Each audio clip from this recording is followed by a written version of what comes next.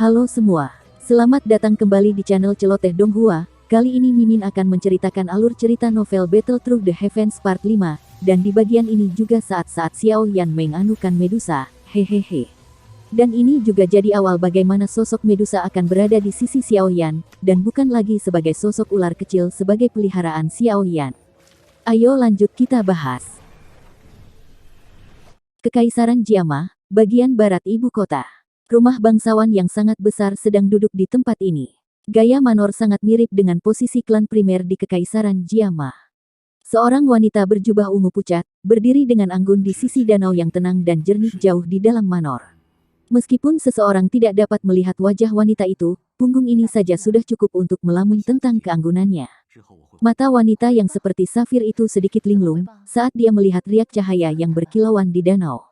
Wajah cantiknya yang berbentuk melon mempesona dan bergerak. Tubuh cantik itu, yang dibungkus dengan jubah ungu yang mewah, menonjol dan cekung dalam proporsi yang sempurna, memancarkan daya pikat yang matang dan berair. Keke, apa kau memikirkan anak kecil itu? Suara lama yang menggoda tiba-tiba terdengar dari belakangnya. Wanita itu terkejut saat dia buru-buru memutar kepalanya. Rona samar muncul di wajahnya ketika dia melihat lelaki tua yang tersenyum itu berjalan mendekat. Dia berbicara dengan suara kesal yang indah, "Hai tua, kamu menggoda Ye Fei lagi." Mendengar alamatnya sendiri, orang ini secara mengejutkan adalah Ye Fei yang memiliki hubungan yang cukup dalam dengan Xiao Yan saat itu. Mengalihkan pandangan seseorang ke pria tua berjubah biru itu, penampilannya seperti teman pertempuran Xiao Yan saat itu. "Kaisar Es, Hai Bodong." Hai Bodong tersenyum dan berjalan mendekat. Tangannya yang keriput menepuk bahu Ye Fei, sebelum dia segera berdiri dengan tangan di belakang punggungnya. Matanya mengamati tengah danau. Dia terdiam beberapa saat sebelum menghela nafas. Saya bertanya-tanya bagaimana keadaan anak kecil itu. Sudah hampir 3 tahun sejak dia meninggalkan Kekaisaran Magia. Ye Fei mengangguk ringan sebelum dia tersenyum dan berkata, orang itu mungkin tampak tidak berbahaya bagi manusia dan hewan, tapi dia sebenarnya sangat licik. Hai tua tidak perlu terlalu khawatir. Petik 2. Keke, saya tidak khawatir. Saya pikir orang itu akan menjalani kehidupan yang lebih menyenangkan daripada orang lain. Hai Bodong tersenyum. Ekspresinya segera tenggelam, namun, orang itu tampaknya sangat menghormati klannya. Sekarang, klan Xiao telah dikejar oleh Mystic Cloud Sect di Kekaisaran Jiama hingga mereka seperti anjing yang kehilangan rumah. Jika kita tidak diam-diam membantu mereka, kemungkinan semua anggota klan Xiao di Kekaisaran Jiama akan benar-benar lenyap. Petik 2. Saat itu, Xiao Li berkata bahwa dia ingin pergi ke Akademi Jianan untuk mencari Xiao Yan. Saya ingin tahu apakah dia berhasil tiba. Mengingat karakter Xiao Yan, kemungkinan dia akan segera kembali jika dia tahu bahwa bencana besar telah menimpa klan. Melihat kedamaian saat ini, jangan bilang kalau Xiao Li tidak menyampaikan beritanya. Hai Bodong bergumam. Lebih baik dia tidak kembali. Meskipun dia memiliki bakat pelatihan yang cukup bagus, itu benar-benar terlalu sulit jika dia ingin bersaing dengan makhluk besar seperti Mystic Cloud Sect. Aku harap dia bisa bertahan lebih lama. Dia masih muda dan punya banyak waktu untuk membalas dendam. Ye Fei menyempitkan matanya yang mekar persik saat dia tertawa lembut. Ye Fei sudah mendapatkan kekuasaan sebenarnya atas kendali klan primer selama tahun-tahun ini. Selain Hai Bodong yang ada di depannya, sepertinya tidak ada lagi orang di klan yang memiliki reputasi yang bisa melebihi miliknya. Dia mungkin mendapat dukungan dari Hai Bodong, tetapi bisa mengatasi tingkat seperti itu, meskipun seorang wanita berarti kemampuannya adalah sesuatu yang tidak perlu diragukan lagi. Jaringan informasi yang dia kembangkan selama bertahun-tahun ini pada dasarnya tersebar di seluruh Kekaisaran Magia. Dia bahkan dengan jelas menyadari setiap tindakan dari Mystic Cloud Sect. Bagaimana wanita seperti itu bisa menjadi orang biasa? Meskipun dia tidak terlalu fasih dalam hal doki, tetapi siapa yang mengatakan bahwa seseorang tanpa doki tidak dapat berdiri di atas orang lain? Kamu juga tahu bahwa dia masih muda dan menjadi impulsif adalah hak istimewa kaum muda. Hai Bodong tersenyum sebelum tiba-tiba berbicara, saya telah mendengar bahwa Anda telah mengatur, agar beberapa anggota klan Xiao berada di ibu kota. Tempat ini sangat dekat dengan Mystic Cloud Sect dan mungkin tidak cocok. Petik 2. Tangan halus seperti giok putih Ye Fei, secara acak memetik bunga yang menjulur dari pohon di sampingnya. Dia tersenyum sedikit dan berkata, Mystic Cloud Sect sedang mencari dengan intensitas tinggi di kota-kota lain.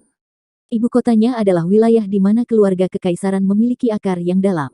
Bahkan jika itu adalah Mystic Cloud Sect, mereka tidak akan berani terlalu sombong.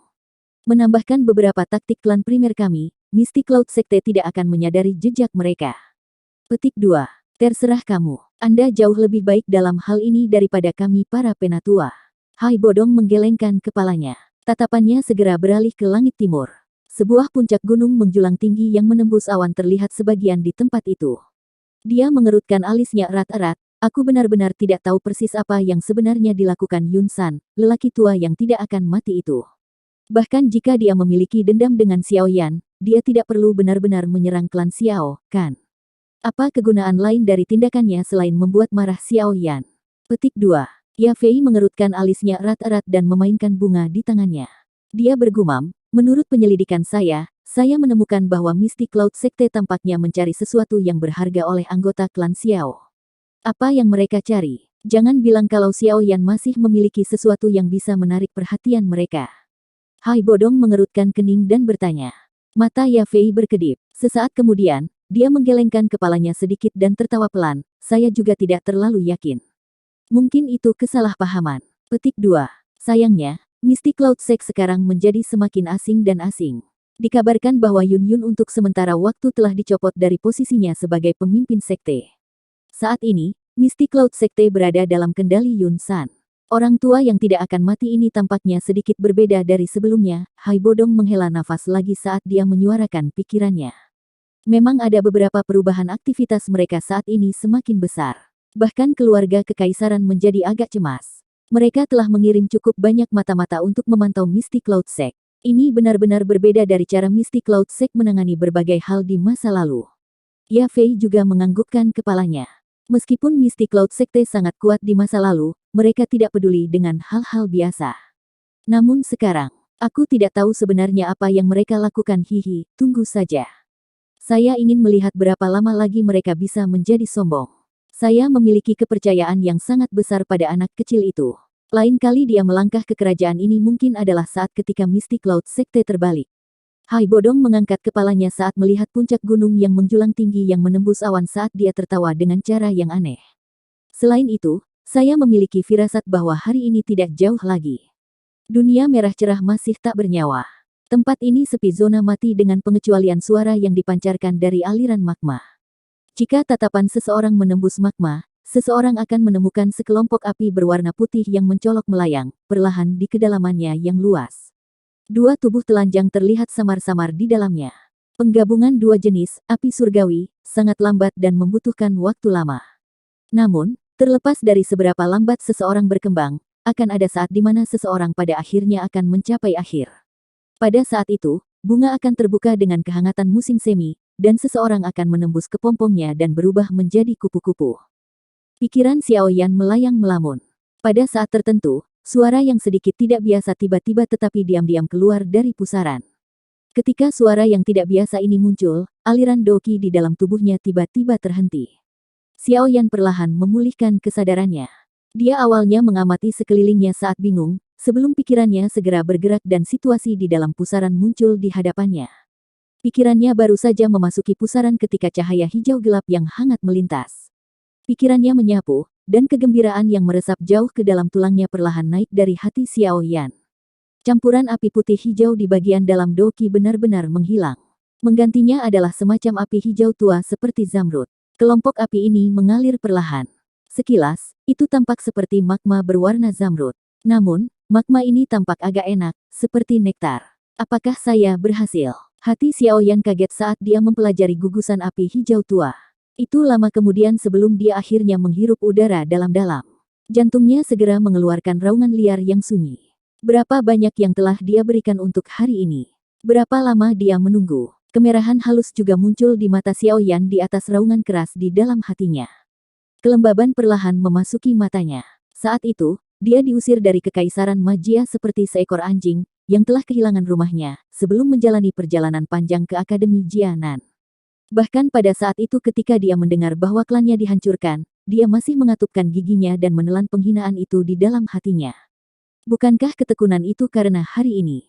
Raungan di dalam hati Xiao Yan perlahan menghilang. Emosinya yang gelisah perlahan-lahan menjadi tenang. Dia mengendalikan kelompok api hijau tua dengan pikirannya sebelum menuangkannya ke dalam roh penerimaan kecil di dalam pusaran. Xiao Yan hanya menghela nafas lega setelah nyala api hijau tua benar-benar dituangkan ke dalam roh penerimaan.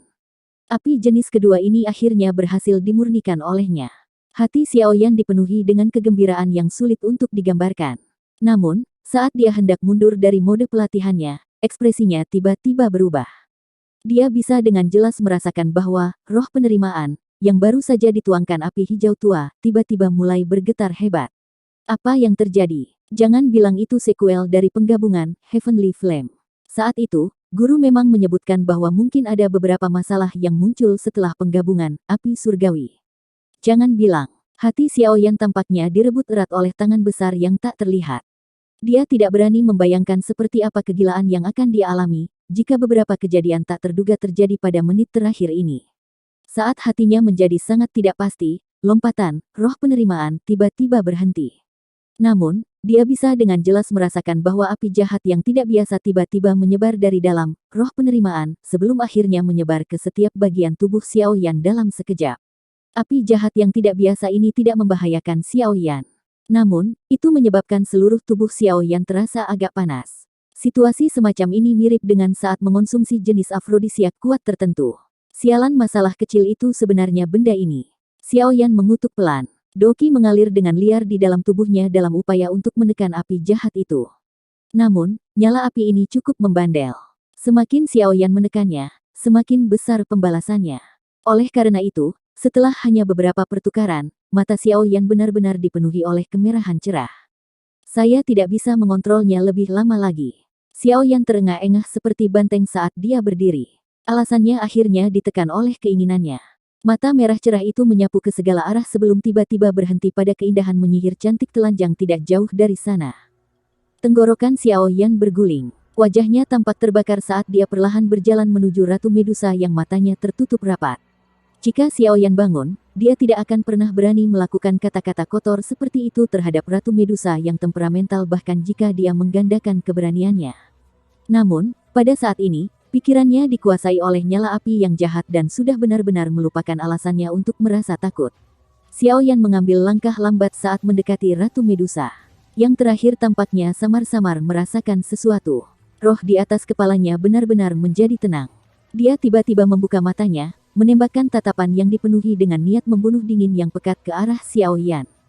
Apakah kamu sedang mendekati kematian? Roh itu dengan cepat memasuki tubuhnya, dan mata tertutup rapat Ratu Medusa langsung terbuka. Murid panjang yang menyihir itu dipenuhi dengan niat membunuh saat dia menyaksikan Xiao Yan yang mendekat saat dia berteriak dengan tegas. Setelah kehilangan akal sehatnya saat ini, Xiao Yan membiarkan teriakan Ratu Medusa yang dipenuhi dengan niat membunuh memenuhi telinganya tanpa mendengarkan. Wajahnya memerah, dan napasnya seberat banteng. Ratu Medusa dengan dingin melihat Xiao Yan semakin dekat. Saat berikutnya, niat membunuh akhirnya terlintas di matanya. Dengan lambaian tangannya yang halus, energi menggumpal dan membentuk gaun berwarna merah di permukaan tubuhnya. Setelah itu pilar 7 warna keluar dari jarinya dan menabrak dada Xiao Yan. Pada akhirnya, bagaimanapun, itu hanya menyebabkan tubuhnya menjadi lesu sesaat. Sialan, Ratu Medusa awalnya tertegun saat dia menyaksikan serangan yang tiba-tiba menjadi jauh lebih lemah. Dia segera mencapai pemahaman. Karena semangatnya baru saja menyelesaikan penggabungan, dia tidak dapat melepaskan bahkan setengah dari kekuatan sebelumnya. Karenanya, Ratu Medusa saat ini berada pada saat terlemahnya. Mengaum, raungan rendah dan dalam terdengar dari tenggorokan Xiao Yan. Mata merah cerah itu membawa api hasrat saat mereka menatap tubuh indah Ratu Medusa, yang cukup untuk membuat siapapun menjadi gila. Dia melambaikan tangannya dan lingkaran api hijau tua menyala, dengan kuat mengikat tangan Ratu Medusa. Pada saat ini, Xiao Yan tidak lagi berniat memperlakukan wanita ini dengan baik. Dia bahkan benar-benar mengabaikan bagaimana pergelangan tangan Ratu Medusa yang seperti giok dibakar oleh api hijau tua sampai lingkaran merah terbentuk. Xiao Yan berdiri di depan Ratu Medusa. Ekspresinya memerah saat dia melihat ke bawah pada ratu yang tidak pernah memberinya pandangan yang baik dari atas. Xiao Yan, jika kamu berani melakukan hal itu padaku, ratu ini pasti akan merobek tubuhmu menjadi 10.000 keping setelah kekuatanku pulih. Bahkan pada saat ini, Ratu Medusa yang sombong tidak menunjukkan kelembutan sedikit pun. Gigi peraknya terkatup sementara nadanya padat dan dingin. Xiao Yan saat ini secara alami tidak mengindahkan ancaman seperti itu oleh Ratu Medusa. Tenggorokannya sekali lagi mengeluarkan raungan rendah, dalam, dan liar.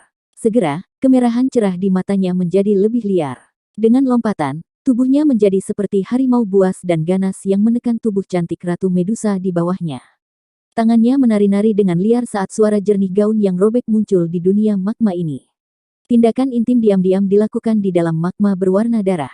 Sayangnya, tidak ada yang beruntung untuk menyaksikannya.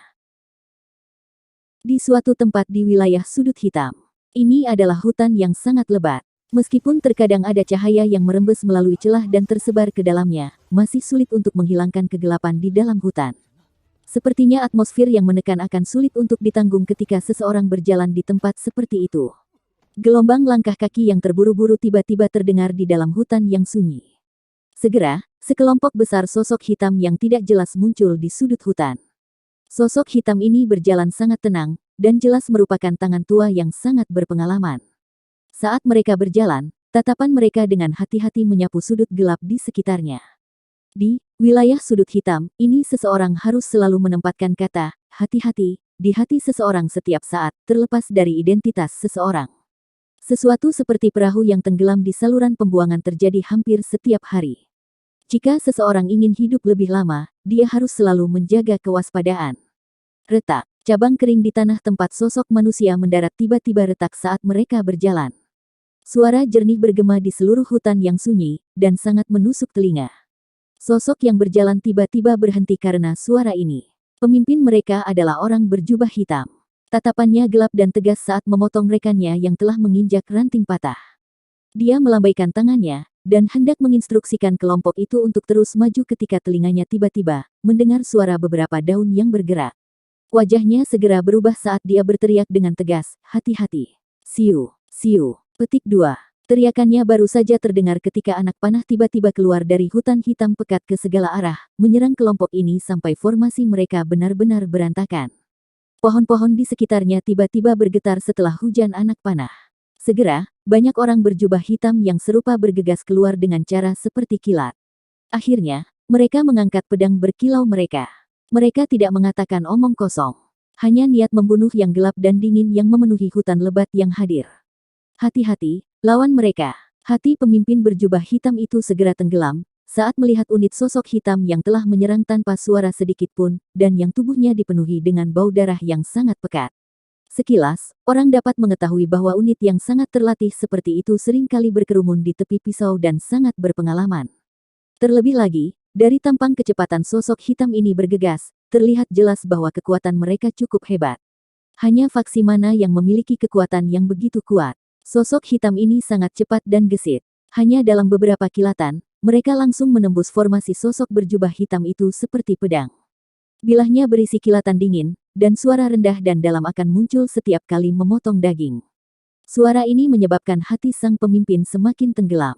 Pemimpin itu menarik senjatanya dari pinggangnya dan memaksa mundur beberapa sosok hitam yang telah menembak diam-diam. Namun, harga yang dia bayarkan adalah luka antara ibu jari dan telunjuknya, mengakibatkan tangannya berlumuran darah. Mengambil kesempatan untuk mundur, pandangannya menyapu unitnya yang telah menderita kematian, dan luka serius dalam waktu kurang dari 1 menit.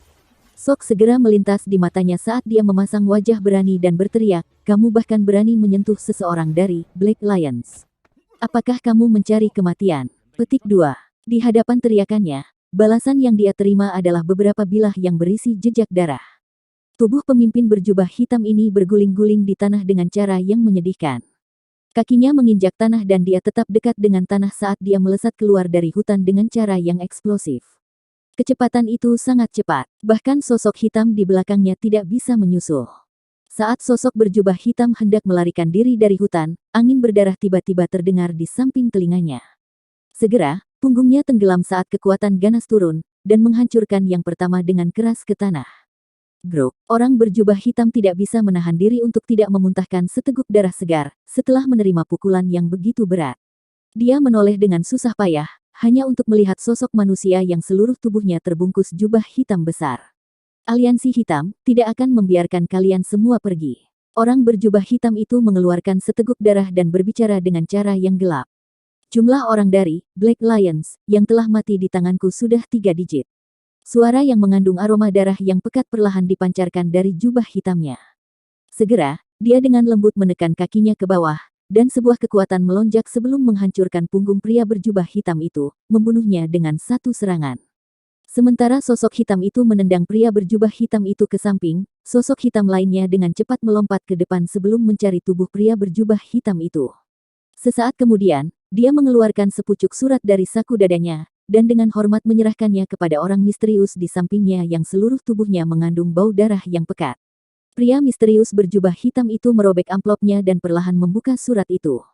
Sesaat kemudian, dia tertawa dengan suara yang gelap dan dingin. Sungguh tak terduga bahkan, geng singa liar telah bergabung dengan aliansi hitam. Apakah lengan mereka sudah terulur ke tempat ini? Petik 2. Selama 2 tahun ini, para ahli dari Akademi Jianan telah berulang kali keluar, untuk mencari dan menemukan masalah dengan para ahli yang berpartisipasi dalam penyergapan Akademi Jianan saat itu. Untuk melawan Akademi Jianan, Han Feng mendirikan aliansi hitam. Sekarang, kekuatan Black Lions tumbuh lebih besar. Bahkan Akademi Jianan tidak dapat melakukan apapun untuk itu. Dari tindakan Han Feng, saya pikir dia bermaksud untuk memperluas aliansi hitam ke seluruh wilayah sudut hitam. Ketua, mereka akan menemukan bahwa kita berulang kali menemukan masalah dengan mereka. Dari kelihatannya, kita harus mengubah lokasi kita lagi. Sosok hitam melintas dan muncul. Suaranya agak serak ketika dia berbicara. Iya. Pria berjubah hitam yang seluruh tubuhnya dipenuhi aura berdarah mengakui apa yang dia katakan dengan suara samar. Dia melambaikan tangannya dan segera berjalan menuju pintu keluar hutan. Sosok hitam di dalam kegelapan melintas di belakangnya. Sekilas, sepertinya ada lebih dari 100 orang. Orang-orang ini diam-diam mengikuti di belakang pria berjubah hitam di belakangnya. Langkah kaki mereka seolah-olah berasal dari satu individu. Sinar matahari yang redup tersebar saat keluar dari hutan yang gelap. Pria berjubah hitam itu mengangkat kepalanya dan menunjukkan wajah muda yang akrab yang dipenuhi dengan kekejaman. Orang ini secara mengejutkan adalah kakak kedua Xiao Yan, Xiao Li. Pada saat ini, keseluruhan tubuh Xiao Li dipenuhi dengan aroma darah yang sangat pekat. Ekspresinya acuh tak acuh dan matanya kosong dari emosi. Yang terpenting, aura yang menyebar dari tubuhnya sebenarnya sebanding dengan ahli Do Wang. Sulit membayangkan bahwa dia benar-benar mampu melompat dari kelas Dado Si ke kelas Do Wang dalam waktu 2 tahun yang singkat. Namun, jika seseorang mengamatinya dengan cermat, orang akan menemukan bahwa sebenarnya ada benang aura kematian di dahi Xiao Li. Agak aneh bahwa aura kematian seperti itu muncul di wajah pemuda seperti itu. Ini mungkin ada hubungannya dengan peningkatan cepat dalam kekuatannya. Kalian semua harus kembali dulu. Xiao Li berbicara dengan lemah. 100 lebih sosok hitam di belakangnya segera mengangguk dengan hormat. Tubuh mereka perlahan mundur ke dalam kegelapan. Segera, mereka benar-benar lenyap di tengah suara kecil. Ketidakpedulian di wajah Xiao Li akhirnya rileks perlahan setelah semua orang benar-benar menghilang. Dia menoleh sedikit dan pandangannya melihat ke arah utara yang jauh.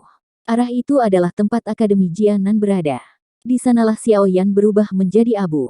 Xiao Li merasakan sedikit rasa sakit di dadanya saat dia mengingat saudara laki-lakinya yang tersenyum cerah. Sebelum dia datang ke daerah sudut hitam, kakaknya Xiao Ding mengatakan dia bisa mati tetapi saudara ketiganya tidak bisa. Hanya dengan yang terakhir ini klan Xiao akan diselamatkan. Namun sekarang, cahaya ganas seperti binatang melintas di mata Xiao Li. Sesaat kemudian, senyuman buas terangkat dari sudut mulutnya saat dia berbicara dengan suara rendah yang pekat. Xiao Yanzi, yakinlah bahwa saudara kedua tidak akan melepaskan orang-orang yang menyebabkanmu mati. Aku akan membunuh mereka semua selama sisa hidupku.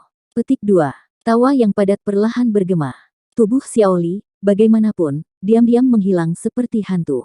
Dunia magma yang sunyi dan mematikan masih benar-benar merah cerah. Suhu panas menyebabkan tempat ini benar-benar tidak bernyawa. Di dalam dunia magma, bang, magma di dunia yang mati dan sunyi ini tiba-tiba terbelah. Gelombang kabut putih naik dan 2 sosok bergegas keluar secara eksplosif dari dalam. Salah satu sosok itu ada di depan sedangkan yang lainnya ada di belakang. Sepintas, sepertinya yang di belakang sedang mengejar yang di depan dengan niat untuk membunuh. Ini karena banyak pilar energi warna-warni yang sangat kuat yang membawa niat membunuh yang sangat tajam, ditembakkan secara eksplosif selama pengejaran. Sosok manusia di depan jelas sangat takut dengan pilar energi warna-warni ini. Meskipun tubuhnya dalam kondisi yang sangat menyedihkan, dia masih menghindari mereka satu demi satu. Energi 7 warna yang terlewat ditembakkan ke dunia magma. Segera, suara ledakan yang mengguncang bumi melesat di atas magma yang luas. Kamu sudah selesai atau belum? Saya tidak berdebat dengan Anda karena Anda seorang wanita. Jangan salahkan aku karena berbalik melawanmu jika kamu terus menggangguku. Pemuda berjubah hitam itu menghindari serangan tajam, sekali lagi saat dia berteriak dengan marah. Kecantikan yang menyihir itu benar-benar mengabaikan tangisan marah pemuda ini. Wajah cantiknya yang dingin dan glamor dipenuhi dengan embun beku. Matanya dipenuhi dengan niat membunuh. Dari sikapnya, sepertinya dia memiliki perseteruan dengan orang yang benar-benar tidak dapat didamaikan. Aku berkata begitu aku memulihkan kekuatanku, hal pertama yang akan kulakukan adalah mencabikmu menjadi 10.000 keping. Kecantikan yang mempesona mengatupkan gigi peraknya dan berbicara dengan suara dingin. Kakak, aku juga korban. Saya benar-benar tidak memiliki akal sehat dalam situasi seperti itu. Tolong biarkan aku pergi. Kita bisa memperlakukannya seolah-olah tidak terjadi apa-apa. Saya pasti tidak akan memberitahu siapapun. Wajah Xiaoyan dipenuhi dengan kepahitan saat dia menangkupkan tangannya ke arah Ratu Medusa dan berbicara. Dalam mimpimu, Ratu Medusa segera menjadi sangat marah setelah mendengar ini. Dia melambaikan tangannya, dan energi 7 warna melonjak secara eksplosif. Ratu Medusa, jangan berani-berani berlebihan. Jangan salahkan saya karena tidak peka jika Anda melanjutkan. Mata Xiaoyan menatap dengan marah saat dia menjabat tangannya. Api hijau tua yang seperti api hantu samar muncul di telapak tangannya. Dunia magma segera mulai menjadi ganas saat sekelompok api hijau tua muncul. Magma mulai berputar sebelum akhirnya berhenti di bawah kaki Xiaoyan seperti gelombang laut. Sekilas, sepertinya Xiaoyan berjalan di atas ombak. Namun, ini bukanlah gelombang laut, melainkan gelombang yang terdiri dari magma. Bahkan dengan kekuatan Ratu Medusa, ekspresinya tidak bisa membantu tetapi berubah saat melihat pemberontakan gelombang magma. Dia juga dengan jelas mengerti bahwa bajingan di depannya ini telah menaklukkan api hati yang jatuh. Melawannya di lingkungan ini tidak akan ada gunanya, meskipun dia sudah memulihkan kekuatannya ke puncaknya. Selain itu, dia benar-benar mengalami kesulitan untuk benar-benar menyerang Xiaoyan. Dia menyimpulkan bahwa ini seharusnya merupakan efek samping dari penggabungan dengan Heaven Swallowing Python. Jika tidak, mengingat karakternya yang biasa, dia pasti akan merobek bajingan ini, yang telah melakukan penghujatan terhadapnya, bahkan jika dia harus bertarung sampai mereka berdua terluka parah. Xiaoyan hanya menghela nafas lega, saat melihat Ratu Medusa menjadi jauh lebih pendiam dari sebelumnya. Dia menyeka keringat di dahinya dan tersenyum pahit di dalam hatinya. Sial, apa yang terjadi? Dia benar-benar dalam kekeruhannya mengambil ular cantik ini. Meninggalkan tempat sialan ini, dia pasti akan membiarkan bajingan ini membayar harga karena menodainya. Itu tadi alur cerita part 5-nya. Sampai jumpa lagi, salam dari channel Celoteh Donghua.